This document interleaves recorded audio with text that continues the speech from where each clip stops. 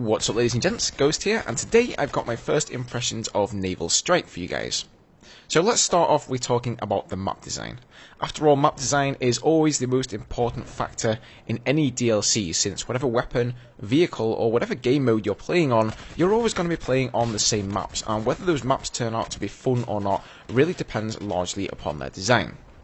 So here in the background we have Operation Mortar. I'm playing on Carrier Assault at the moment, and I will cover Carrier Assault a little bit later in the video, but at the moment, talking just solely on the design of the maps themselves, I think this is some of DICE's better work when it comes to Battlefield 4. I'm really enjoying these maps. They've done a lot of things that are really different, that differ from the norm when it comes to the scalability of the maps and the flow of action. For example, here on Operation Mortar, you can see I'm sort of working my way up this hillside, and at the top of the hill you have this giant fort, and going down these tunnels here really gave me this Return to Castle Wolfenstein kind of feeling, and you can see there are lots of different paths you can take here.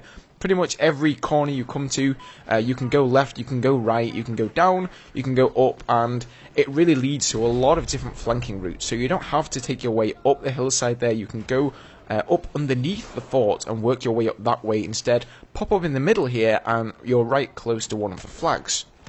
This footage here is from some domination, and this game mode plays out extremely well on Operation Mortar. As you can see, we have flag A up there right at the fort and B and C below. So usually it works out that one team will get hold of B and C, but then if they want to go and take flag A and work their way up the hill, it's going to be an uphill struggle, no pun intended. But they do have plenty of rocks and plenty of cover that you can move to. So you can move from cover to cover and easily work your way up the hill if you play it smartly. Now, the fact that attack boats are pretty prominent in Naval Strike probably comes as no surprise, so if you're not great in them, I would really recommend getting good in them, and if you're in an attack boat with somebody, make sure that you repair them, guys, because believe me, there are attack boats.